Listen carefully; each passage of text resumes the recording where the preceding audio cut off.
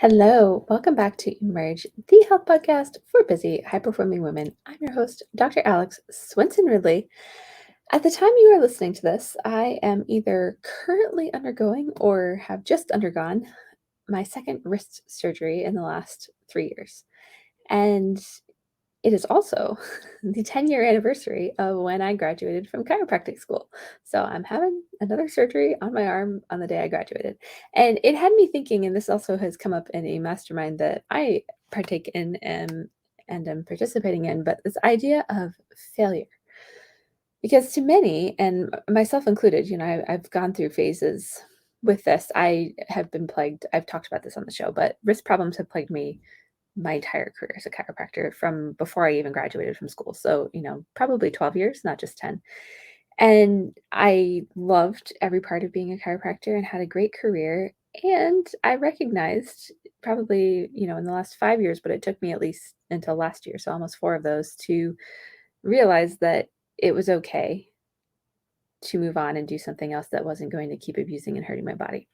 And that was like a big deal because so much of, there's this culture in the chiropractic world. And I absolutely love chiropractic. It's an incredible tool and resource. And I don't want to call it a modality, but path to approach with your health. And I had huge, amazing things happen when I started getting adjusted for the first time. And it's part of why I became a chiropractor originally. My asthma cleared up and my allergies got better and my health was improved. And I ran a marathon without using an inhaler when I'd had one every single day of my life, starting when I was 12 until I was 20. And all of that was possible just from the power of chiropractic and allowing the body to do what it's supposed to do and function normally. Like that's essentially, if we get down to the root thing of chiropractic, that's what it's based on. And as I've evolved as a practitioner and grown and learned and all of the stuff I'm doing, especially in my PhD program now, there are so many avenues and ways that we can access that. And I realized I wasn't limited in only having to be a chiropractor just because that's what I originally got my degree in. And so I wanted to share, there was so much work that I had to do around what I was going to say there is like there's this culture in chiropractic of it becomes your identity, right? Like who you are is chiropractic. You being a chiropractor, you live, eat, breathe, sleep, all the things like that is what defines you. And when I decided to step out of that world, and there's like multiple facets that this goes along with this, realized that it was okay to step out. I had to almost remake my identity. And on some level, there was this, element of failure in some way, right? Like I'm still paying off the student loans from that, but I've come to this place where it's not really failure, it's been a stepping stone. And so I wanted to talk about this idea of failure because, I'm having wrist surgery for the second time on the anniversary of, my 10-year anniversary of graduating, of, being in this career of chiropractic. And while that's not fun or any of those things, I don't feel like I failed in some way. Like I'm really excited about what I'm doing and how I've been able to grow and evolve. And I know that the journey I've had and the path I've taken and being a chiropractor for 10 years, I ended up being like 9, but was a significant part of that and not something I would undo by any means. I might have picked a different technique so that I didn't hurt myself so badly, but it's not something that I would trade for anything in the world. And I think so many of us can get tied to we try something new or, maybe we do a business venture or we try to lose weight for the 50th time or, there's a big goal we have and we fall short or it doesn't look like we think it would or we feel like we failed. And then we allow that to failure to define us. And this also happened to me in school actually. I not very smartly, chose to train for a marathon during one of our hardest and busiest quarters in school. We had quarters, 10-week quarters. And as you got going in that process, we were taking like 32 credit hours in a quarter, which is an insane amount of school. And so I failed the class. Never failed anything before in my life. And I got a 68 and a 69 on the midterm and final. There were only two tests, and that was your grade. And I was like, I just remember sitting there looking at the screen like, "What?" It almost seemed surreal, and I really had no one to blame but myself, and as a result of that, I actually graduated 3 months after I would have normally if I'd stayed on track because it held me back from going into clinic. There was, like, this, plethora of things that happened as a result of this one class. And it took me a while to stop being defined by that as a student. And I became, instead of an A and B student, I became a B and C student because I stopped trusting myself on tests. And so many of us go through this. And so we can get stuck in like the negative story and negative thing of whatever happened rather than using, like, really what failure is it's an opportunity to learn and to do something differently the next time. And the only time I wanted to read you a quote from a book where this has been talking about this. This has nothing to do with health, but it relates to life in general all across the world. The book is called A Happy Pocket Full of Money by David something. His last name's a little strange. I'll put a link in the show notes. But he wrote, "Failure is not failure as such. It is only truly failure when you accept it as the end. But if you accept it as a blessed part of the process, a part that helps you succeed further and know what this further success tastes like, then you can never, ever possibly fail. Ever. Failure is an illusion. Stop fearing it. Love it for the gifts it brings you." And in talking about this, I wanted to just kind of share that perspective because I think so many of us get stuck and stopped. And one of the ways that we fail consistently as women in the health world, especially around weight loss or just being healthier in general, is, I was talking on one of our guests, and her interview won't be out for a little bit from when I'm recording this. But one of the things we talked about is, if we look at our relationship with ourselves and how well we keep our word to ourselves and how well we, treat ourselves and the thoughts that we think. And I've talked about this on the show quite a bit. We wouldn't be friends with us. We would be like, like that person, never does what they say they're going to do, is negative, is not lifting me up in any way. And that is like the relationship we have with ourselves. And so one of the places that I think failure can keep us stuck and define us is that we have this perspective of ourselves as being a failure. And so we keep ourselves there and we don't allow it to be what it really can be, which is an opportunity to learn and move forward and know what we're not going to do. And kind of the last piece I wanted to share, and just bringing this full circle for all of you listening to this to just ponder and think about. And I haven't been completely this transparent on the show yet. I don't think so. We're just going to go with it because, I think this illustrates this well. So, as I have shared, obviously my career has evolved. I had a really big chiropractic practice. I had 12 staff. I had a 6,000 square foot building. We were billing out upwards of $100,000 a month. We grossed just shy of seven figures in our biggest year in that model and that practice. And there was a day right after I bought and remodeled that building where I walked upstairs and looked around. I had this like big new office and we had all new flooring and paint and like all the stuff, right? It was beautiful, beautiful building. And I was just like, oh, this is not the dream.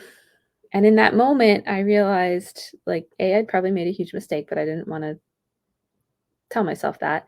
And I felt trapped and stuck because at that point, my wrist was already a disaster and I knew that. I hadn't actually had surgery yet, but I knew it was a problem and it was constantly bothering me. And my own health was suffering. And I didn't, like I said, I felt trapped and it was not the life that I dreamed. I didn't have the time I wanted with my kid. I didn't have all this stuff. And so then I started asking myself, well, how can I create this inside of what I have? And that was, like two different things going against each other. And essentially what ended up happening through a lot of circumstances, but also me not listening to my gut around buying that building in the first place and me not being willing to have the courage to make a big change and to let go of that identity that said I had to be a chiropractor and run a certain type of business and had to look a certain way, all of those things. I've always called it ungraceful, and I don't think it's really necessarily not graceful, but I didn't plan well for how I was going to exit that. I just kind of unconsciously recognized that I needed to do something different, and the universe created a way for that to happen. And so, literally overnight, insurance stopped paying us. Like three-quarters of our income just stopped coming in. I didn't have the capability to support payroll because our overhead was so high. I had to downsize staff immediately and shift all my providers over to being independent contractors instead of employees. and get out of the insurance game and go to all cash, and like this just sequela of things happened. And ultimately it led to I didn't need a 6,000 square foot building. I found a renter. The bank did not play ball with me at all. And so finally at the end of last year, after I'd sold the building and done all this stuff, I recognized how much stress it was causing me and just keeping me stuck. And there was never, you know, I just wasn't getting to a place where I could create the life I wanted to create while still trying to support this thing that had been the dream. It never really was the dream, but had been my reality, right? And so I ended up actually, after it was not an easy decision and I fought like heck to not have to, but I ended up filing for bankruptcy in that original business last year. And in doing that, many of us can hear that and think like, damn, that's a pretty big failure. I went from owning a house and owning a building and owning a practice and having staff and employees and having an IRA and like all this stuff to like literally nothing. I kept my car, which is good.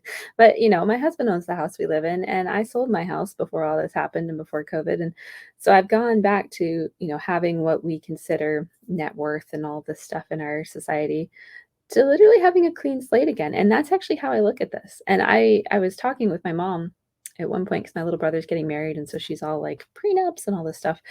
And, I was sharing that my husband and I made the choice to do one of those, mostly just because we wanted our stuff to go to our kids, and Alaska set up a little so not like we're planning to get divorced, right? We just wanted like extra protection that should something happen to one of us, our individual kids like get our stuff, essentially, the things we've accumulated in the world. And at this point, like, it's split between all of them because we blended differently, but at that time, that's what made sense for us. And my mom made some comment about like, "Yeah, but you lost it all." And I don't look at it like that. I look at it as I learned a whole heck of a lot about what I didn't want and about how to do all those things again completely differently and in a way that, puts my health and my life first. I think I've said before on the show, there's Jeff Bezos or someone else talks about that every good business plan needs a health plan. And I would say every life plan needs a health plan. If your health plan isn't included in there, like you got to restructure your life in some way, right? And, so I've learned and I finally reached a point, like, it's not to say that this stuff didn't affect me, right? I've dealt with a lot of, shame and guilt and, emotions that I had to work through around filing for bankruptcy because I felt like I was letting not just me down, but my patients down and the people who worked for me down and all of this stuff. And it took someone challenged me to write down 250 good things that came out of it. And in doing that, I actually recognized there were a lot of really incredibly great things that happened as a result of that, including the majority of the people who used to work for me are now running their own business, which I think is super cool and they're doing great. So, you know, in looking at that, like there's so much good on the other side. And I really look back at, when I first started a business, and that's, I don't really talk about business on this show, but if you've gone through something where you feel like you failed, if you look back, you'll actually see how much you learned and how far you came in the process of that failing, if that makes sense. I look back on when I first started a business, I went into a bank to get a line of credit and they were like, "Can we have your P&L and balance sheet?" And I was like, "My what now?"